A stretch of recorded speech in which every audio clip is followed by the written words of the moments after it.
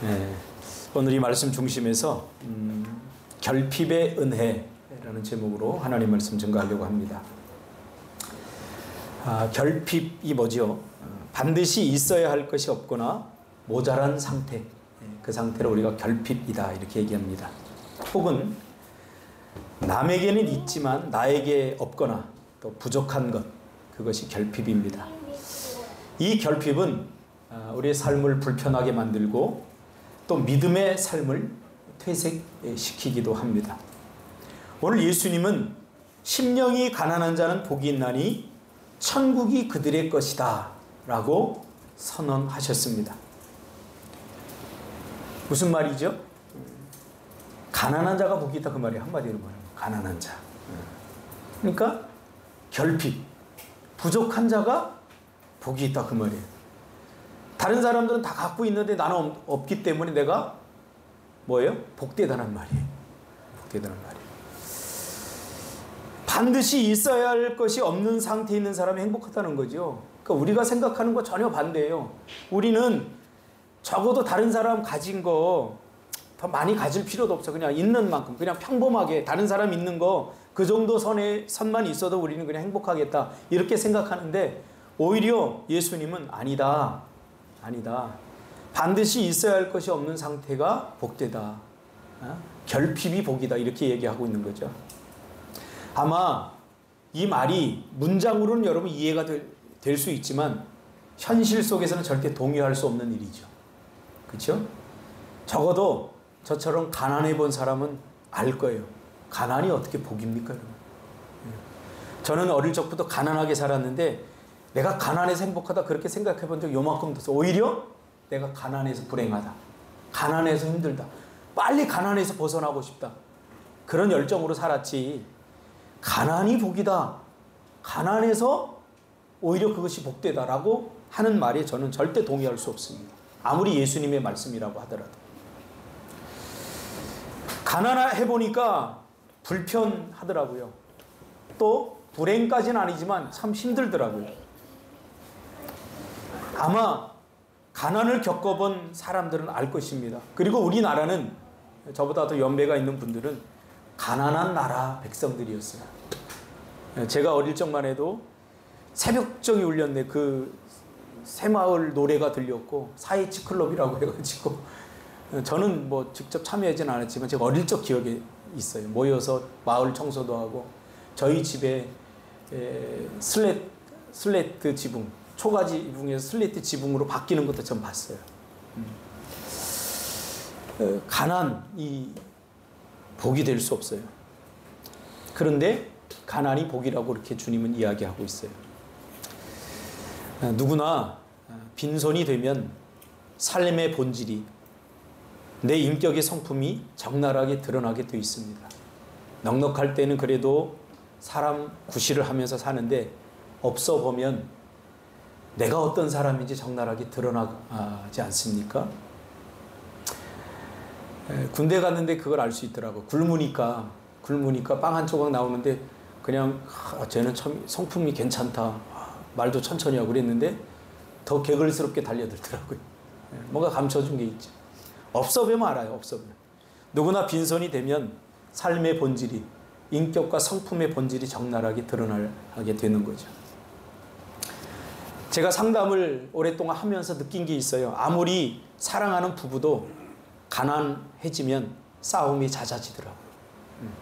그래도 돈이 있으면, 넉넉하면 뭐 그래도 돈이 있으니까 이렇게 넘어갈 일들도 가난하면 아무리 사랑해도 부부가 자주 싸우는 것을 제가 목격을 했습니다. 이와 같이 결핍은 내 안에 숨겨진 실상을 숨김없이 드러냅니다. 짜증, 원망, 불평, 삐뚤어진 생각들, 갑질, 무관심, 분노, 이 모든 것은 바로 결핍 때문에 생기는 거예요. 결핍.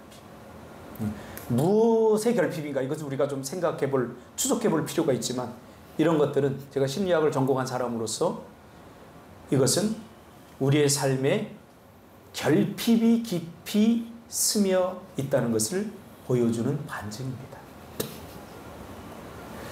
어떤 사람 막 자랑하는 사람의 자랑. 이렇게 넉넉해서 자랑하는 게 아니라 뭔가 결핍되었기 때문에 그를 채우려고 자꾸 자랑하는 거예요. 인정에 대한 욕구들. 내가 대단한 사람이야. 우리 아들이 서울대 갔어. 아들이 서울대 갔지 내가 간 건 아니잖아요. 그래서 거기에 대리만족을 느끼면서 뭔가의 결핍을 채우려고 하는 거죠. 결핍이 우리의 영혼과 우리의 심령 가운데 얼마나 깊이 스며 있는지를 보여주는 것이죠. 가진 것보다 못 가진 것이 훨씬 많은데 부족하고 없는 것 투성이인데 정말 행복할 수 있을까? 근데 주님은 오히려 결핍이 행복이다 라고 말해주고 있죠. 가난해야 천국에 갈 수 있다 이렇게 말해줍니다. 그래서 이 말을 받아들일 수 없는 신학자들은 에이 그렇지 않아 하면서 여기에다가 뭔가 자꾸 다른 것들을 래퍼를 달아요. 이것은 심령의 가난이다. 뭐 다양한 래퍼를 달지만 그럼에도 불구하고 오늘 문장을 우리가 뛰어넘을 수는 없습니다. 이 문장을 그대로 수용하고 싶은 사람들은 심령의 가난이잖아 라고 금방 둘러대고 싶을 것입니다. 여러분 참 성경이 어렵습니다. 성경을 우리가 읽어요. 다 문장을 해석하고 해독이 되는데도 성경은 하나님의 인스피레이션, 성령의 감동으로 쓰여졌기 때문에 그 이상의 어떤 것을 요구하기 때문에 그냥 문장 해독력이 있다고 이게 다 이해되는 것은 아닙니다. 성경은 특별히 내가 행복할 것 같은 것을 불행이라고 말합니다. 내가 좋아하는 것을 그래서 그 좋아하는 것을 하면 행복해질 것 같은데 아니라고 이렇게 이야기를 하는 거예요. 성경은 굉장히 역설적이기 때문에 사람들이 기독교를 어렵다고 생각하기도 합니다. 또한 이미 예수 믿는 사람들도 성경은 너무 어려워 그러면서 말씀을 멀리하기도 합니다. 읽어도 무슨 말인지 모르겠어 막 이렇게 생각하기도 합니다. 또 어떤 사람들은 성경이 어렵다고 생각해서 이게 자꾸 역설적으로 이야기를 하니까 그렇죠? 뭐 오른뺨을 때리면 왼뺨도 되라고 그러는 거예요. 실제적으로 이게 가능한 일입니까? 오성훈 집사님. 내가 집사님 뺨 한번 때릴 때 이쪽도 목사님 감사합니다. 이쪽 될 수 있습니까? 있을 수 없는 일이죠. 성경은 그렇게 하라고요. 그게 복이라고 이야기하는 거예요. 심리를 오리를 가자고 하거든 심리를 같이 가주라는 거예요. 겉옷을 달라고 하면 속옷까지 다 벗어주라는 거예요. 거기에 행복이 있다는 거예요. 근데 우리 동의할 수 없잖아요. 그래서 우리가 지금 이렇게 살아가고 있잖아요. 만약에 여기에 동의하는 순간 우리는 어떻게 됩니까? 내가 오성훈 집사 오른뺨을 때리면 왼뺨을 돌려대야 되는 거예요. 울면서도 억울해도. 그럴 용기가 없잖아요. 우리는. 그것이 복이라고 그것이 행복이라고 믿지도 않잖아요. 성경은 그것이 복이라고 이야기하는데. 그래서 여러분 예수를 믿고 한 5년이 지나면 성경을 다독하고 주일 예배 참석하고 이것으로 만족하면 안 돼요. 새벽 기도 나온 거 이것으로 만족하면 안 돼요. 무엇으로 우리가 자라가야 되냐면 오른뺨을 대라고 때리면 왼뺨을 내가 조금 한번 대볼까? 이렇게 자꾸 자라가야 돼요. 그래서 어느 순간에는 정말 왼뺨을 대고 내가 오성훈 집사 왼뺨을 때렸는데도 마음에 분이 생기거나 그런 생각이 들지 않아. 이게 자라가는 거예요. 이게 성숙해져 가는 거예요. 성숙이 뭐냐면 나이가 든다는 것. 이게 성숙이에요. 나이가 든다는 게 뭡니까? 수용 능력이 넓어진다는 거예요. 예, 우리가 미숙할 때는 아주 그냥 뚜렷해요. 목표의식이. 그래서 이건 안 되고 저건 되고 막 이래요. 근데 인생이 그렇게 사라지는 줄 아세요? 절대 그렇지 않아요. 우리 여기 새파랗게 젊은 우리 청년이 여기 있어요. 앞에 지역이. 지역이 보면 부러워요. 예, 이번 주에도 싱가포르 갔다 왔어요. 벌써 이번 달에만 뭐 몇 개국을 다녀온지 몰라요. 조롱하는 거 절대 안 해요. 정말 부러워서 하는 얘기. 정말 부러워. 저 에너지 아니야. 저는 돈 이런 걸 다 떠나서 저에게는 그런 에너지. 저는 외국 한번 갔다 오면 6개월이 힘들어요. 제 친구 목사들은 지금 뭐 인도니 뭐니 한 달에 한 번씩 나가 다니면서 막 자랑해요. 그래서 난 요만큼도 안 부러워요. 진짜로. 왜? 나는 그런 걸 별로 좋아하지 않거든요. 자, 그런데 나이가 들면 나에게도 이런 일이 일어나. 이게 받아들이는 거예요. 수용 능력이 넓어져야 돼. 저는 119 삐뽀 삐뽀 삐뽀 하면서 갈 때 저는 가끔 그런 생각을 하면 나도 저기에 언젠가는 탈 수도 있겠구나 그런 생각을 해요. 그래서 집사람이 딱 쓰러졌을 때 전 당황하지 않았어요.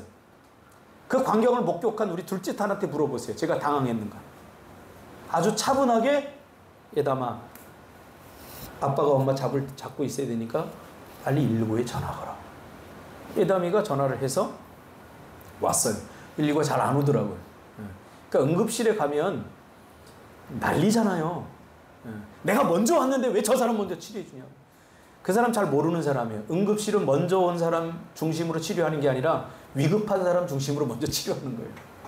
혹시 여러분도 응급실 갈 때 그렇게 위급하지 않은데 빨리 왔다고 나 먼저 치료 안 해준다고 괜히 막 집어든지 그러지 마세요. 의사가 먼저 저 사람에게 달려가면 저 사람이 나보다 더 내가 지금 죽을 것 같지만 저 사람이 더 위급하구나. 그리고 좀 양보해주는 미덕. 이 그리스도인의 미덕입니다. 성경은 굉장히 역설적이기 때문에 사람들이 기독교를 어렵다고 해요. 자, 그러면 심령이 가난하다는 말은 무엇을 의미하는가부터 우리가 살펴볼 필요가 있죠. 가난이 생각하고 싶지도 않은데 가난한 사람이 복이 있다고 하는 거죠. 이렇게 이 말씀이 내가 씹어서 소화가 안 되면 내 삶의 에너지가 되지 않아요. 이 말씀이 수용이 안 됐는데 어떻게 이 말씀이 나에게 복이 될 수 있겠어요? 그러니까 계속 리젝션 하는 거죠. 저항하는 거죠. 그래서 아무리 목사가 심령이 가난한 자는 복이 있습니다 라고 말해도 헤이 나는 가난 안 할 거예요. 가난이 두려워. 가난이 무서워. 이렇게 되는 거예요. 그러면 심령이 가난하다는 말은 무엇을 의미합니까? 심령이 가난하다는 말은 우리가 생각하는 것보다 훨씬 치명적입니다. 어쩌면 우리가 여기에 직면하고 싶지 않은 그 사실들 앞에 직면하는 거예요. 심령이 가난하다는 거. 심령의 가난이란 사람이 살아가는데 반드시 필요한 정신적이고 영적인 그런 재산이 없는 상태를 말합니다. 무슨 말이냐면 아무것도 믿을 것이 없다는 거예요. 그래서 저는 심령이 가난하다는 거 조금 알아요. 제가 아버지가 5살 때 돌아가시고 우리 어머니가 내 자녀를 먹여 살리려고 하다 보니까 그냥 나는 나 혼자 컸다고 생각해요. 우리 네 식구, 우리 형제들이 컸다고 생각을 해요. 그러니까 다른 뭐가 있으면 누구하고 상의를 하는데 우리는 어머니가 우리 먹여 살려야 돼 생존에 매달려 있기 때문에 사소한 건 다 내가 해결돼야 됐어요. 심지어 저는 포경 수술도 군대 가서 했어요. 우리 친구들은 야 아빠하고 컵 달고 와가지고 막 자랑하는데 나 도대체 이해가 안 가는 거예요. 하나에서 10까지 저는 내가 다 해야 됐어요. 제가 목회를 딱 시작하려고 할 때도 제일 부러웠던 게 뭐냐면 아버지가 목사인 친구들은 아버지가 개척자금 1억을 대주고 1억 이상 가져야 개척을 할 수 있다. 근데 나는 1억이 아니라 100만 원도 없는데 뭘 비비려고 해야 비벼지는 게 있어야 꿈도 꾸잖아요. 그러니까 비빌 게 하나도 없어요. 이 상태가 심령이 가난한 상태라고 성경은 말하고 있어요. 이게 제가 이렇게 결론을 내리기 위해서 책을 한 8권 정도를 제가 탐독을 했어요. 도대체 심령이 가난하다는 게 어떻게 하면 심령이 가난하다는 걸 성도들이 알아들을 수 있게 이야기해 줄까? 신학적으로 어렵게 써놓고 많이 했는데 제가 통시적으로 다 배워내고 10가지 문장을 만들어 놓고 그 다음에 하나를 만들어낸 문장이 뭐냐면 심령이 가난하다는 것은 믿을 구석이 아무것도 없다는 거예요. 믿을 구석이 아무것도 없어요. 이 상태가 심령이 가난한 상태. 사람이 사람답게 살아가려면 자의식이 필요합니다. 자존심도 필요하고 또 자신감도 필요합니다. 또 살아가려면 희망도 필요하지 않습니까?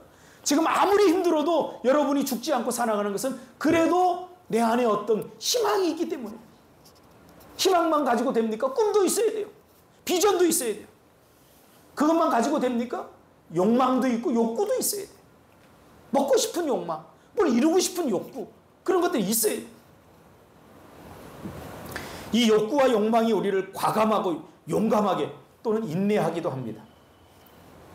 그것만 있으면 됩니까? 삶의 목표도 있어야죠. 그렇죠? 왜 사냐고 물으면 여러분들 말할 수 있는 어떤 목표가 있어야 돼요. 그러면 이 모든 것을 우리는 우리는 살아가려고 하는 힘, 살아가려고 하는 힘이라고 표현을 해봅시다. 살아갈 수 있는 힘. 너 왜 사니? 자식 때문에 살아. 그러니까 자식이 그 사람이 살아가는 힘이 되어주는 거예요. 너 왜 사니? 글쎄, 뭐 태어났으니까. 이런 사람은 좀 심각하게 고민해 볼 필요가 있어요. 남들이 사니까. 여러분들이 지금 살아있는 것은 그래도 내가 살아야겠다는, 살아가려고 하는 힘, 살아가게 하는 힘이 있기 때문에 사는 거예요. 그런데 그것이 없는 상태가 심령이 가난한 상태예요. 살고 싶지 않아. 비빌 언덕이 없어.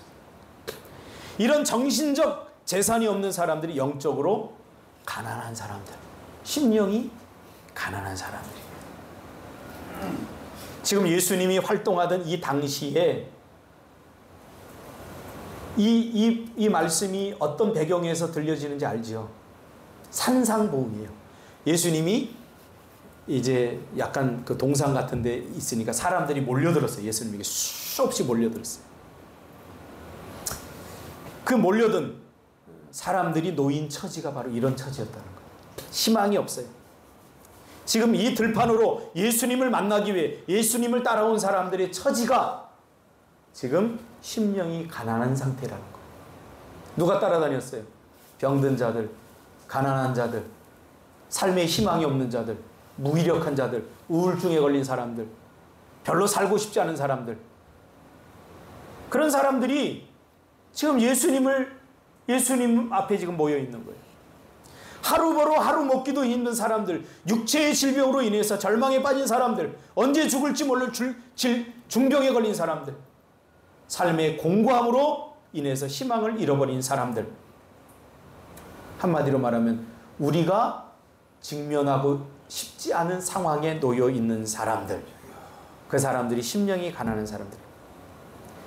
살고 싶어서 최선을 다했지만 실패한 사람들. 아무리 힘쓰고 애써도 가난을 벗어날 수 없는 사람들.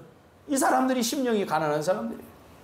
지금 우리는 이렇게 설교하면, 이렇게 말하면 여러분 가늠할 수 없어요. 그러나 눈을 조금 돌려서 방글라데시로 한번 가보세요.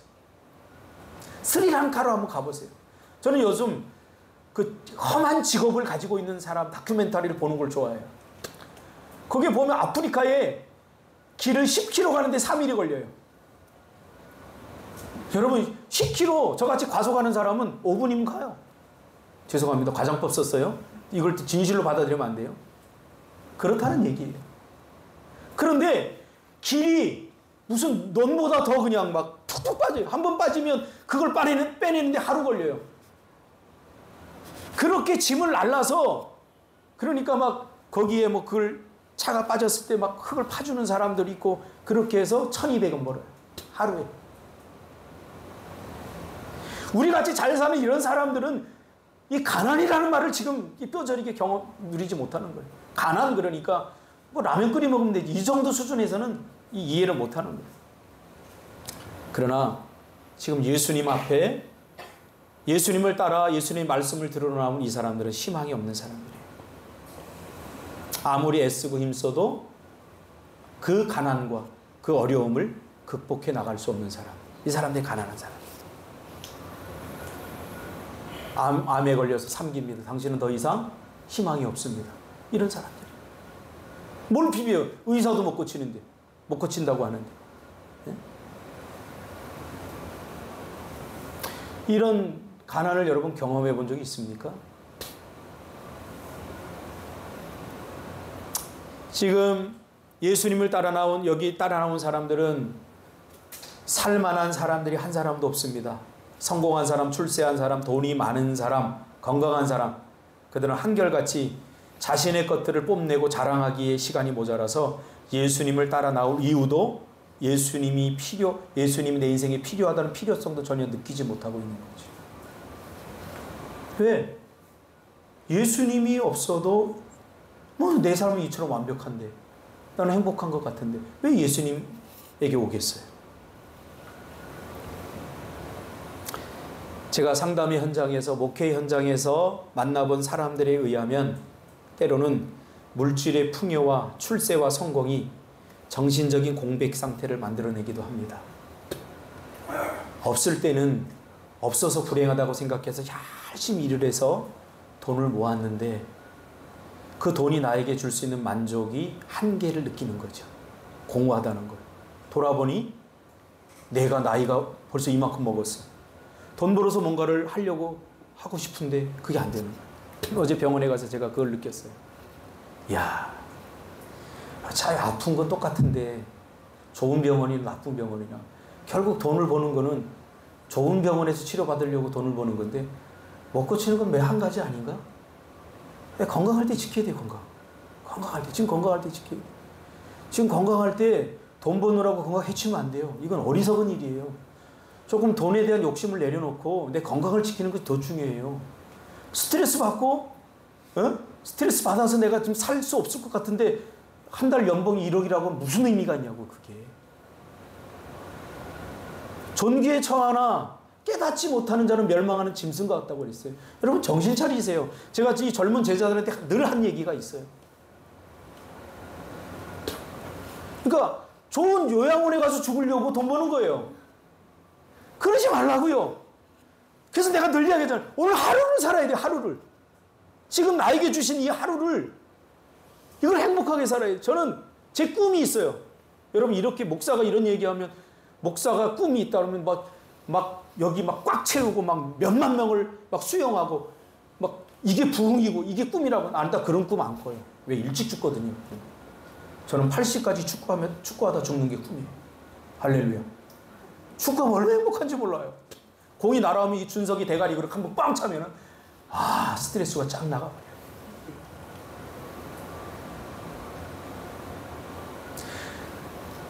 영원한 것과 영원하지 않은 것을 바꾸면 안 돼요. 영원하지 않은 것을 자꾸 영원한 것과 견주어서 바꾸려고 하면 불행해지는 거예요. 영원한 것에 우리가 마음을 쏟고 살아야 돼요. 그래서 사람들은 자신들이 원하는 것을 풍성하게 소유하고 이루었으면서도 여전히 허전해하고 공허한 마음을 자신은 알지 않습니까? 제가 상담을 하니까 그런 사람들 많이 만나요. 돈이 풍족한데 공허한 사람들 많이 만나요. 그런 사람들은 인생의 깊은 좌절을 경험한 사람보다 더 낙심하고 있다는 걸 제가 느껴져요. 차라리 인생에서 실패한 사람들이 겪는 낙심과 공허한 사람들이 겪는 그 아픔을 비교했을 때 이건 뭐 비교할 수 없을 정도예요. 그러므로 부족함이 없어도 여러분 공허함에 시달립니다. 큰 성공을 거두고도 무력감과 회의감에 시달립니다. 다 가졌다고 행복하지 않습니다. 지금 소유의 시대 아닙니까? To have. 그래서 우리의 공허함을 자꾸 뭔가를 세상의 것들로 채움으로써 해결하려고 해요. 여러분 속지 마세요. 사랑하는 사람이 있어도 외롭습니다. 여러분.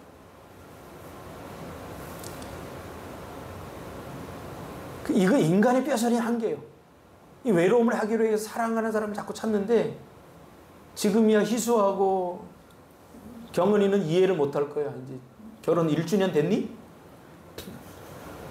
아직도 안 됐어? 내가 주례해놓고도 잊어버렸다. 쟤네는 그냥 능숙하게 살아가지고 한 10년 산 것 같아 나는.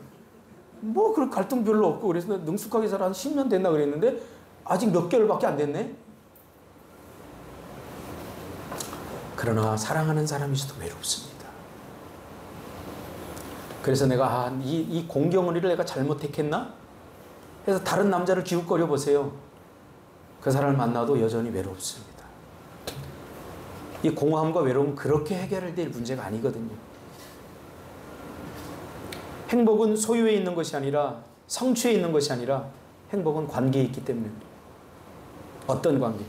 하나님과의 관계에 있기. 하나님과의 관계에 있어요. 관계가 좋을 때 우리 사람들도 관계가 좋을 때 행복하잖아요. 그렇죠? 네. 수연이와 관계가 좋을 때 집사님 표정이 달라요. 근데 수연이가 아빠 뭐야 들어와 에휴 저리 가 그러면 표정이 어두워요. 내가 어떻게 키운 딸인데 이 딸이 나를 거부해? 그럼 세상 다 잃은 사람 표정을 짓고 있어. 근데 수연이가 손잡고 막 이렇게 가지고 얼마나 그 행복해 보이는지. 관계가 좋을 때.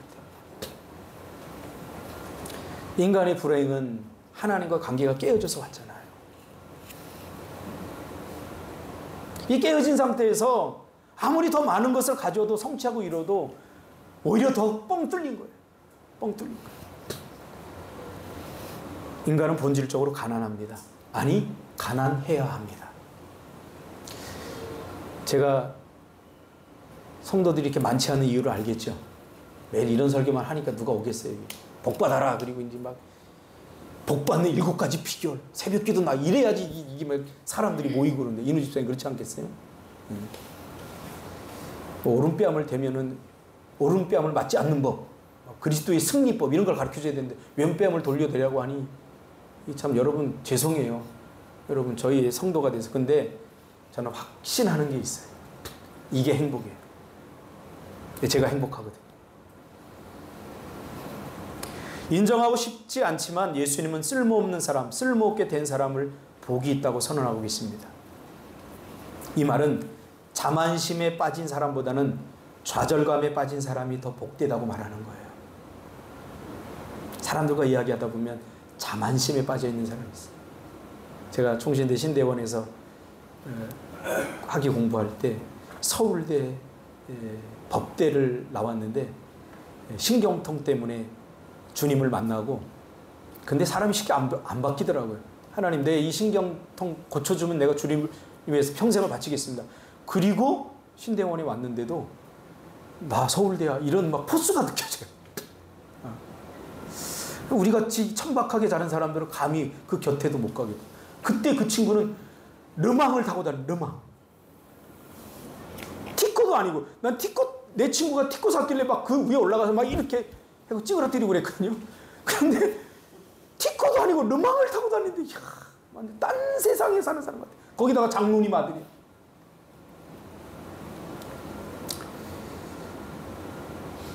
그에게서 저는 이게 자만심을 느꼈어요.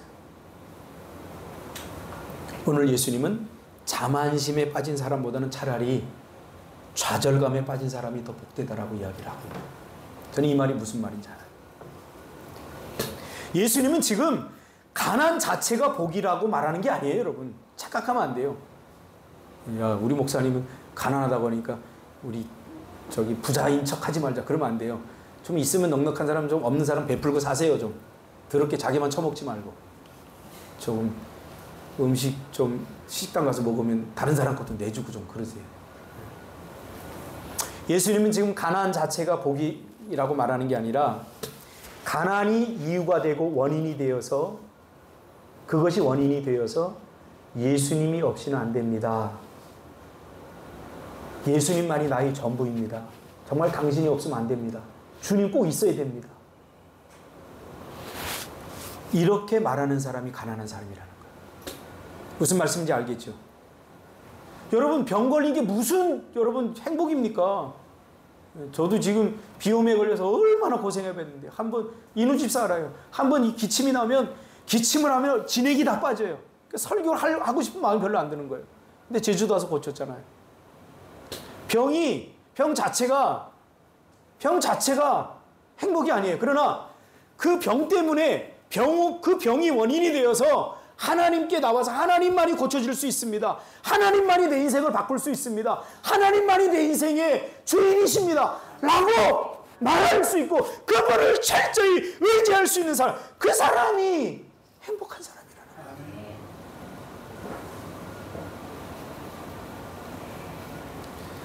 번영신학에 물든 한국교회는 지금까지 예수 믿고 복받자 그러면서 풍요신앙을 지향했습니다. 그래서 가나안을 천국이라고 문자적으로 받아들여서 적과 꿀이 흐르는 땅이라고 부흥회 열어서, 자, 헌금 100만 할 사람, 200만 할 사람, 이랬어요. 진짜 부끄러운 일이. 그러면 안 돼요. 또 한쪽에서는 너무 또 그 병폐가 나니까 헌금 절대 해서는 안 돼. 또 이런 사람들이, 좌파들은. 우파들은 하나님의 말씀을 이용하고 좌파들은 하나님의 말씀을 부인해버렸어요. 좌파 우파 그런 놀이 하지 마세요. 절대로 그런 어리석은 놀이. 우린 예수파예요. 예수님이 뭐라고 하는지 이게 중요한 거예요. 예수님이 뭐라고 하는지. 여러분, 풍요 부인하는 거 아니에요. 우리 풍요하게 살잖아요. 제 차도 아주 시원한 바람이 나와요. 엉덩이에서. 이번에 더웠는데 에어컨 팡팡하게 나오고 막 여기서 막 시원한 거 나오고, 야, 내가 이렇게 누리고 살아도 되나? 아침에 일어나면 새소리 들리고 이 잔디 잘 살아요. 우리 먹고 싶은 거 다 먹어요. 잘 살아요. 그 얼마큼 더 잘 살라 그래요. 자꾸 주변을 두려워거리면서 뭐 땅 한 1만 평은 있어야 돼요. 제발 그러지 마세요. 그 비극이에요. 풍요 복입니다. 분명히 제가 얘기했어요. 그러나 풍요 못지않게 결핍 또한 하나님의 선물임을 잊어서는 안 됩니다. 기도 안 하던 사람이, 예배를 대수롭지 않게 여기던 사람이 어느 날 새벽을 깨우고 나와 기도하고 예배를 소중하게 여기게 됐어요. 가만히 보니까 무슨 일이 있었던 거예요. 사업이 망했다거나 병에 걸렸다거나, 그것이 원인이 되어서 심령이 가난해진 상태, 그걸 복되다고 하는 거예요. 그렇지 않으면 더 좋겠죠. 우리가 감당할 수 없기 때문에. 저도 끔찍해요. 내가 축구를 못한다? 이 생각하면 끔찍해요. 지금도 약간 느껴요. 공이 앞에 있는데 나는 열심히 뛴다고 뛰었는데 나보다 더 젊은 놈이 싹 공을 뺏어가요. 내가 저럴 때가 있었는데 벌써 그래요. 그러니까 나는 한 4시간을 축구하거든. 4시간. 그것도 사람들이 보면 대단하다고 그래요. 최병 집사님, 목사님 대단해요. 저 한 8km는 뛰어요. 안 쉬고. 막 대단하다고 그래요. 근데 저는 알아요. 이게 몸부림이에요. 몸부림이. 이게 뛸 때 행복하지 않아요. 뛰고 나서 행복한 거지. 여러분, 풍요 못지않게 결핍도 하나님의 선물이라는 사실을 잊어서는 안 됩니다. 이것을 놓치면 풍요를 축복으로만 해석하게 되고 결핍을 문제로만 바라보게 됩니다.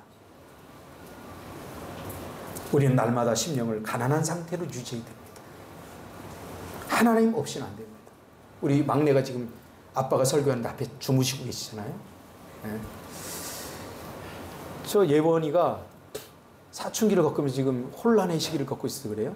놔두세요. 어릴 적에 얼마나 나를 행복하게 한지 몰라요. 왜냐하면 길거리 가다가 요만한 500원짜리 핀이나 뭐 이렇게 여기 차는 뭐 이렇게 뭐 목걸이나 그런 뭐 그게 뭐 비싸게 해서 500원, 1000원 하는 거 이걸 사다 주면 저 아이가 아빠 너무 좋아. 막 기뻐해주고 좋아해주는 거예요. 집사람은 뭐 한 30만 원짜리 뭘 사다 줘도 돈으로 주지. 돈으로 주지. 그러면 아주 기분이 상해. 그래서 절대 선물 안 해요, 지금. 돈으로 줘요. 돈 왜 안 줘? 그러면 돈 없어. 그래요. 돈이 있어야 주지. 예. 선물은 마음이잖아요. 그것도 옛날 말이에요. 타락하면 돈이에요. 그게 지금 오바이트하고 막 어지러우면서 지금 마음껏 깨달아. 지금 이 설교도 지금 보고 있어요. 깨달아야 돼, 깨달아. 돈이 인생의 전부가 아니에요. 아파 보니까 돈이 무슨 소용이 있어요. 필요 없죠. 건강한 게 최일이죠. 마찬가지예요. 지금 성경의 요구는 자꾸 우리의 현실과 충돌을 일으키죠. 그때 그래 보니까 저 최병 집사님도 저렇게 적당히 예수 믿고 저 인호 집사님도 저렇게 적당히 예수 믿으니까 그냥 나도 적당히 예수 믿고 살자. 그게 타락이에요. 성경이 그렇다고 하면 그런 줄 알고 내가 말씀대로 한번 살아봐야 돼요. 그래서 이 현실과 말씀이 주는 괴리감을 극복해 나가는 이게 신앙생활이에요. 한번 오성훈 집사님 내가 오른뺨을 때릴 테니까 왼뺨 한번 돌려 대보세요. 할렐루야? 조금 힘드나요? 네. 지금 우리 집사님은 제가 무슨 얘기하는지 좀 알아들을 수 있나요? 그렇죠? 다 소용없죠. 하나님이 밖에 없어요. 저희 어머니가 저를 너무 사랑하셨어요. 이것만 이야기하고 마치려고요. 너무 사랑하셨어요. 제가 막내 아들이거든요. 너무 아끼셨어요. 그 힘든 가운데도 나를 너무 사랑한 걸 제가 느껴요. 저를 남편처럼, 저를 친구처럼. 아파도 아버지가 돌아가셨으니까 제가 간호했어요. 옆에서. 어릴 적부터 그렇게 했어요. 왜냐하면 아버지가 아프실 때 제가 그 똥을 다 받아냈거든요. 왜냐면 엄마는 돈 벌러 가고 형 누나는 학교 가니까 내가 5살, 6살이니까 신문지에다 이렇게 똥을 싸면 이렇게 해서 화장실에 갖다 버려 하면 내가 그대로 다 했어요. 그러니까 엄마가 아프면 또 죽을까 봐 나는 어디를 나가서 놀지를 못하는 거예요. 그 엄마 곁에 지켜서. 지금도 저는 누가 아프면 병간호를 기가 막히게 합니다. 딱 눈치 봐가지고 이거 필요하다면 딱딱 갖다 줘. 제가 우리 가족한테 좀 실망한 게 있어요. 코로나 걸려서 제가 죽을 이렇게 누워 있는데 밑에서 막 웃음소리가 들리고 막 그 닭 냄새가 막 나고 그러더라고. 그래서 이것은 내 가족이 아닐 수도 있겠다. 이것은 내 가족이 아닐 수도 있겠다. 인생은 어차피 홀로서기야 막 이러면서. 그래서 내가 노영동에 입원했는데 어제 여기서 차 타고 제가 3번이나 왔다 갔다 했어요. 칫솔 갖다 줘. 그래도 칫솔 하나 갖고 갔어요. 왜? 아픈 사람의 심정을 내가 아니까. 여러분, 아픈 사람에게 함부로 하지 마세요. 제발. 예수님이 그랬잖아요. 그것이 마음이 아픈 사람이든 육체가 아픈 사람이든 아픈 사람은 돌봄을 받아야 돼요. 돌봄을 받아야 돼요.